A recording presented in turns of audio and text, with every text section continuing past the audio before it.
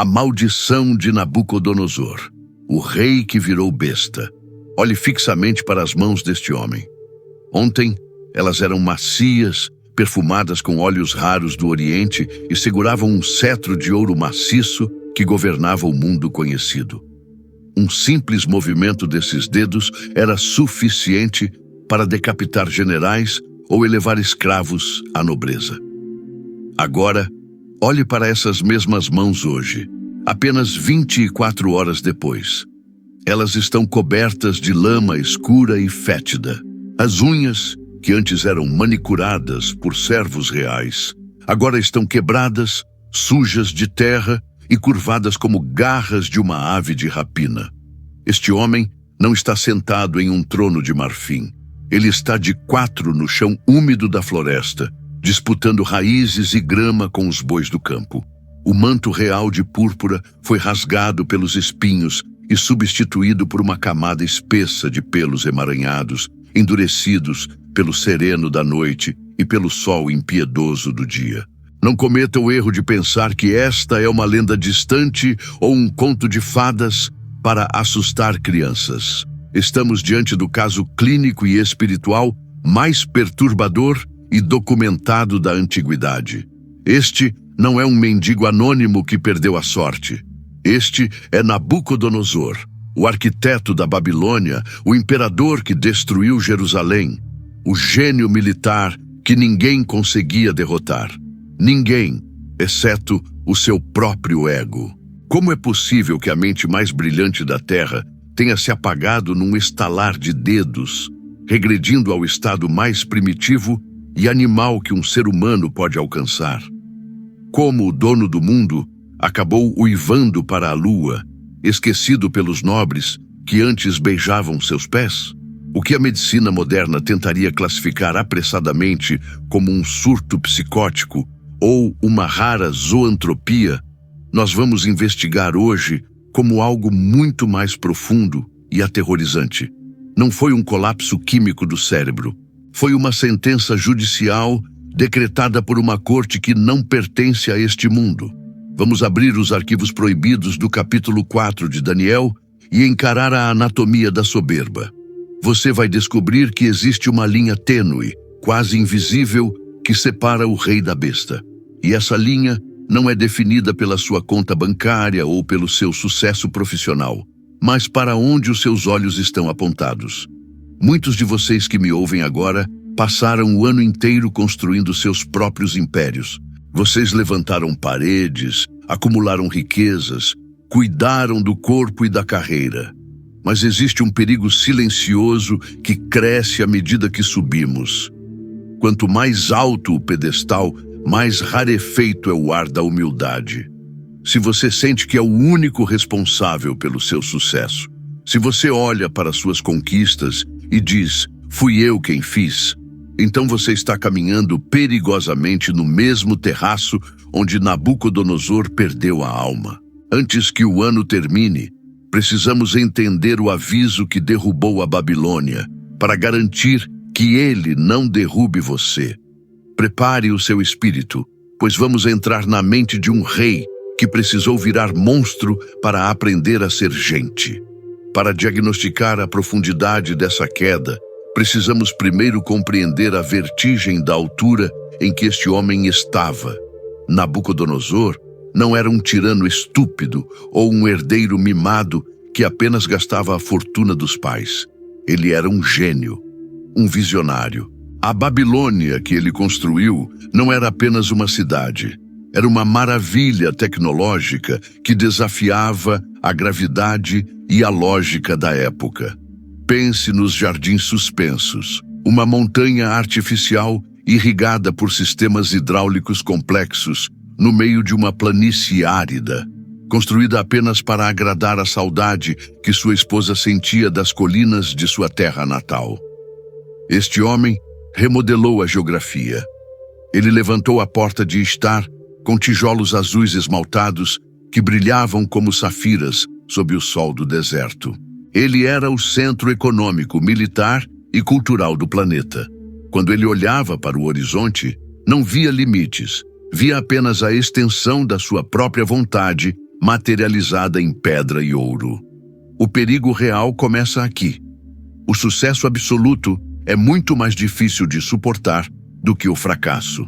Quando tudo o que você toca vira ouro, quando todas as suas ordens são obedecidas e quando ninguém tem coragem de dizer não para você, o cérebro humano começa a desenvolver o que chamamos espiritualmente de síndrome de Deus. Você começa a acreditar que é a fonte da própria força. A gratidão desaparece e dá lugar à autoadoração.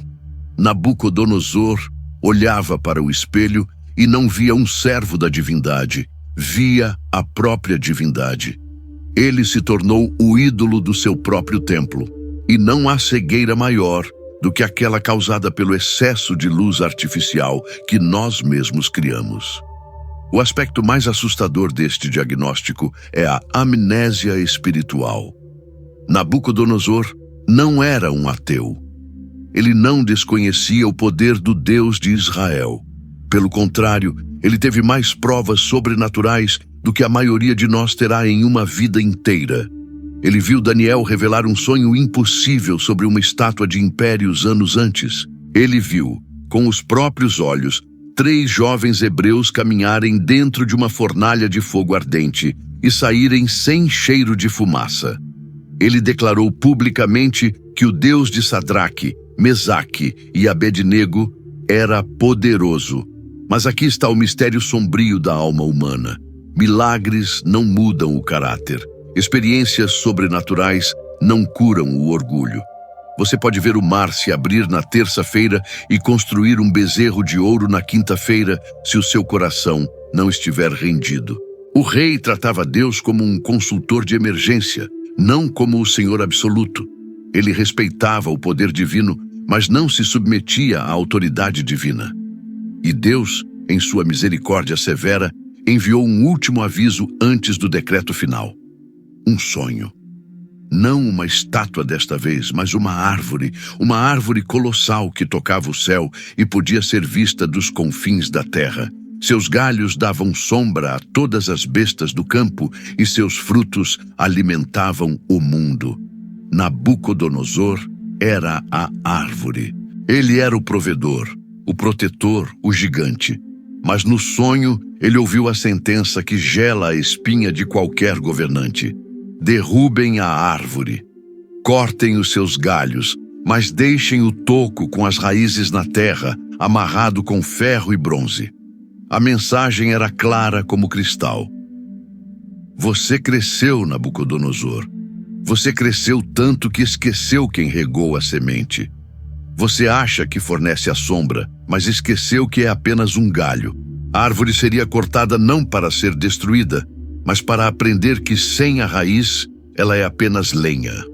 O ego inflado ocupa um espaço que pertence a Deus, e no universo espiritual, 2 corpos não podem ocupar o mesmo lugar de glória. Quando o homem tenta se sentar no trono do universo, o universo conspira para devolvê-lo ao pó de onde veio. O aviso foi dado. O silêncio do céu durou 12 meses. E o rei, em sua arrogância, usou esse tempo não para se arrepender, mas para se convencer de que era intocável. Aqui entramos no território mais misterioso e pouco explorado de toda esta narrativa. Quando o rei conta o sonho a Daniel, ele revela um detalhe jurídico que passa despercebido pela maioria dos leitores, mas que muda completamente a nossa compreensão de como o mundo espiritual governa o mundo físico. O texto sagrado diz explicitamente: esta sentença é por decreto dos vigilantes, e esta ordem por mandado dos santos. Preste atenção no plural. Não diz apenas que Deus decidiu, diz que houve um decreto, uma ordem judicial assinada por seres chamados de vigilantes.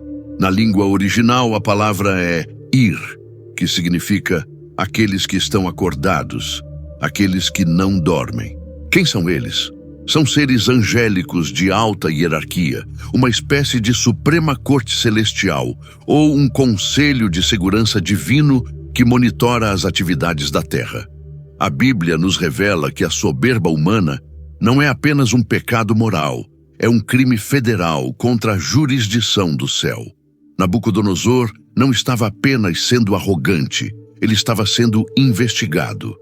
Cada palavra de orgulho, cada ato de tirania, cada momento de autoglorificação estava sendo anotado nos autos do processo. O rei achava que era soberano e intocável dentro de suas muralhas, mas não sabia que sua vida estava grampeada e vigiada 24 horas por dia por inteligências superiores que têm o poder de remover reis e estabelecer reis. Quando Daniel ouviu o relato do sonho, ele não sentiu inveja da queda do tirano. O texto diz que ele ficou atônito por 1 hora e seus pensamentos o turbavam. Daniel viu a gravidade da sentença. Ele sabia que quando os vigilantes assinam o decreto, a execução é iminente. Com uma compaixão rara e corajosa, o profeta olhou nos olhos do homem mais perigoso do mundo e lhe deu um conselho de sobrevivência. Portanto, ó rei, aceita o meu conselho. Desfaz os teus pecados pela justiça e as tuas iniquidades, usando de misericórdia para com os pobres. E talvez se prolongue a tua tranquilidade. Daniel estava oferecendo um acordo de leniência. Ele estava dizendo que a única coisa capaz de parar o julgamento de Deus é a misericórdia humana. Se o rei parasse de olhar para o espelho e olhasse para os necessitados, o decreto poderia ser revogado. O que se segue é o período mais tenso da história. Deus deu a Nabucodonosor um prazo de 12 meses, 365 dias de silêncio absoluto. Imagine acordar toda manhã por 1 ano inteiro sabendo que uma espada está pendurada sobre a sua cabeça por um fio de cabelo. Mas aqui vemos a tragédia da natureza humana. Nós confundimos a paciência de Deus com a aprovação de Deus. Como o raio não caiu no 1º mês, o rei relaxou. Como o trono não tremeu no 6º mês, o rei voltou a se sentir seguro. No 12º mês, a memória do sonho já tinha desbotado. O medo dos vigilantes tinha desaparecido. O rei acreditou que o silêncio do céu significava impunidade. Ele não sabia que o silêncio não era ausência de justiça, era apenas o tempo de acumulação da ira. O prazo estava expirando. O dossiê estava completo. A corte estava pronta para executar a sentença no momento exato em que a prova final de arrogância saísse da boca do réu. Foi ao final dos 12 meses, em um crepúsculo dourado sobre a Mesopotâmia, que o gatilho foi acionado. Nabucodonosor passeava no terraço superior do Palácio Real. Dali, ele tinha a visão perfeita de sua criação. Ele via os canais cintilantes, as muralhas impenetráveis, os templos roçando as nuvens. Mas ele não via a mão de Deus em nada daquilo. O coração do rei se encheu de uma soberba tóxica e embriagante. Ele abriu a boca e proferiu a frase que selaria o seu destino. Não é esta a grande Babilônia que eu edifiquei para a casa real, com a força do meu poder e para a glória da minha majestade? Note a repetição do pronome. Eu edifiquei. Meu poder. Minha majestade. Ele roubou a glória toda para si. E no tribunal celestial, o martelo bateu. A Bíblia diz que enquanto a palavra ainda estava na boca do rei, uma voz caiu do céu. Não houve trovão, não houve aviso prévio. A sentença foi imediata e aterrorizante. A ti se diz, ó rei Nabucodonosor, passou de ti o reino. Naquele exato segundo, a mente mais brilhante do mundo antigo se partiu. Foi como se alguém tivesse apagado a luz da consciência humana e acendido apenas o instinto animal mais primitivo. Os guardas devem ter assistido horrorizados enquanto o monarca, em vez de dar uma ordem, soltou um urro ininteligível. A postura ereta, que distingue o homem dos animais, foi abandonada. O rei caiu de 4. A dignidade real evaporou instantaneamente. O que se seguiu foi uma expulsão brutal.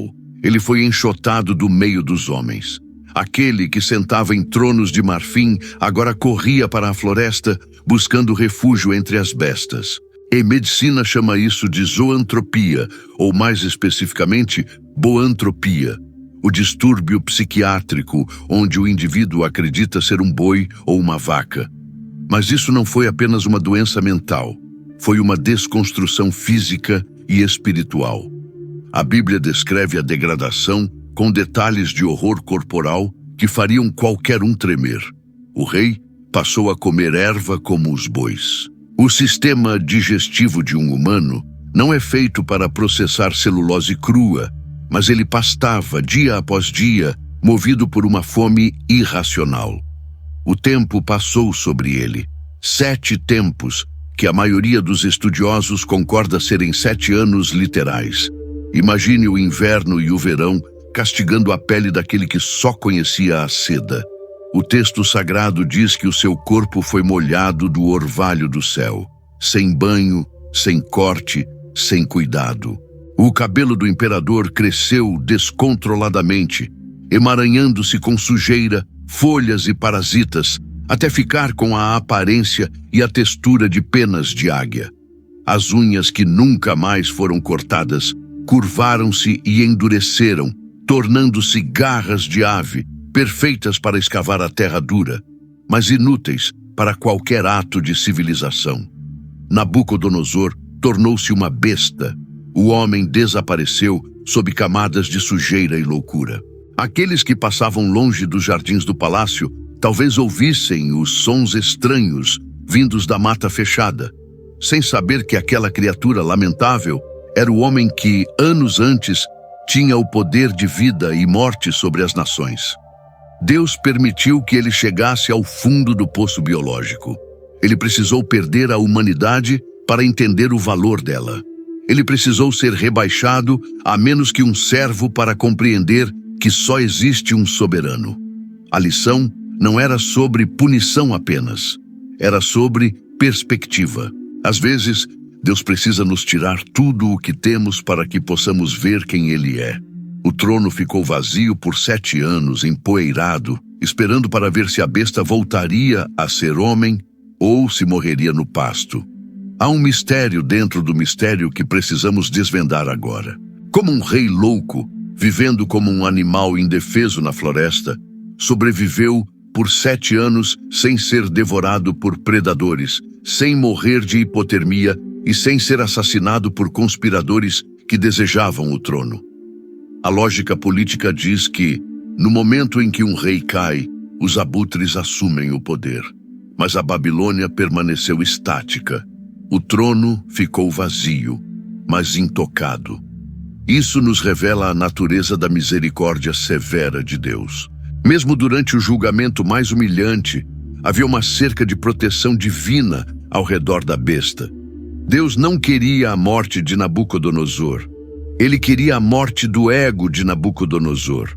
O Senhor preservou o corpo e o cargo do rei enquanto tratava a sua alma, provando mais uma vez que é o céu quem sustenta os governos da terra, e não a habilidade política dos homens.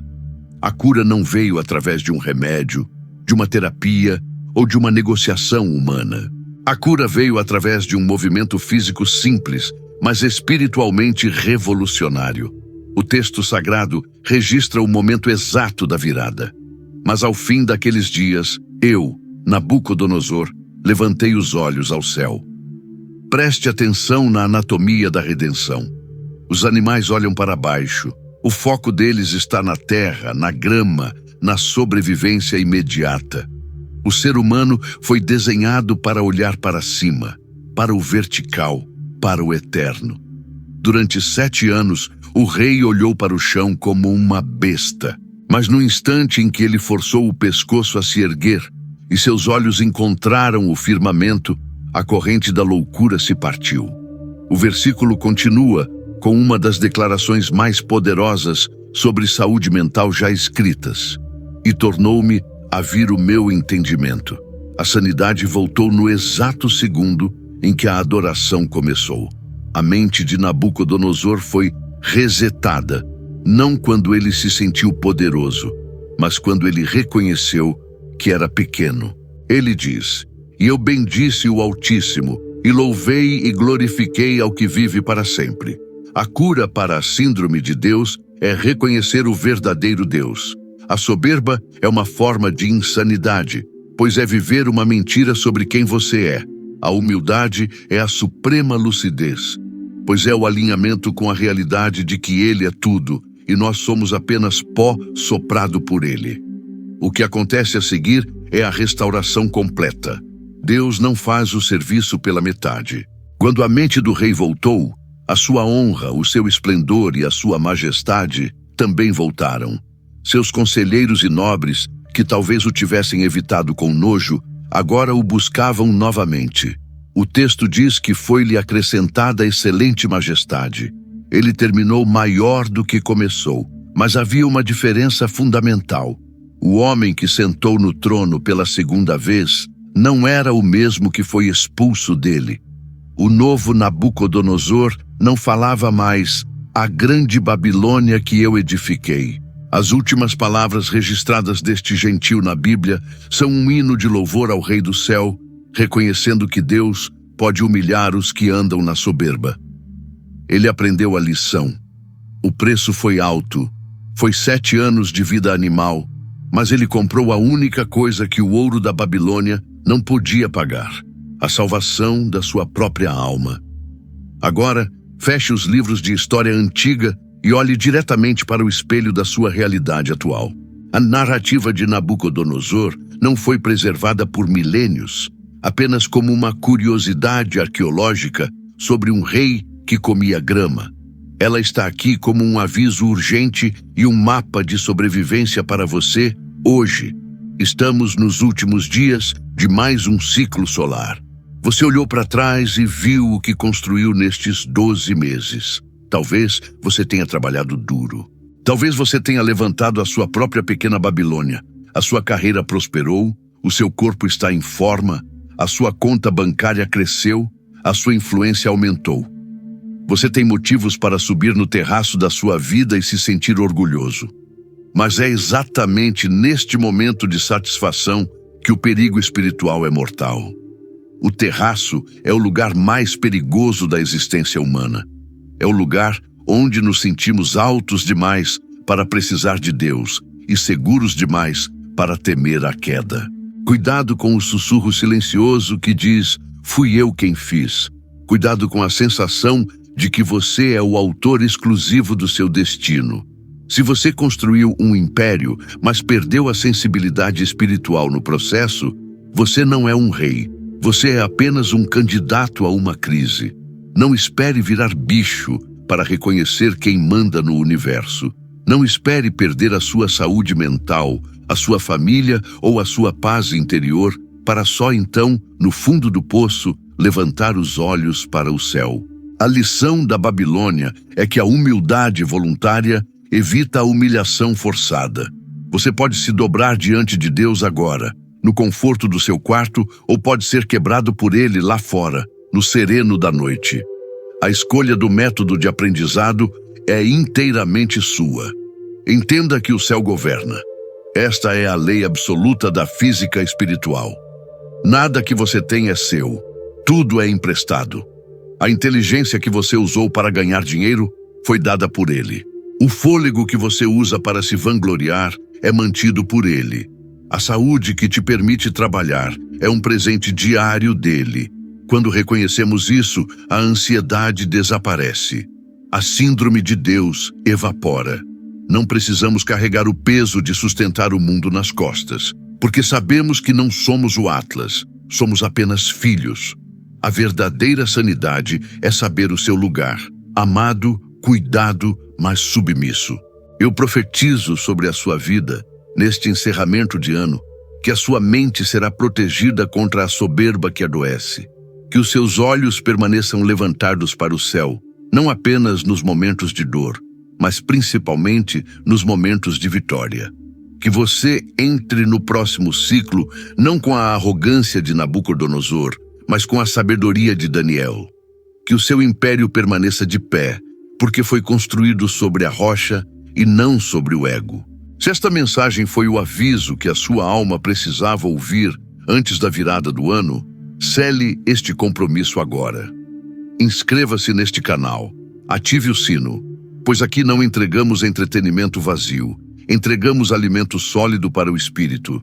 E deixe nos comentários abaixo a frase que resume a nossa cura e a nossa proteção. Escreva com reverência e verdade: o céu governa. Que o Deus que restaura reis e perdoa os orgulhosos guarde a sua mente e o seu coração. Até o próximo mistério.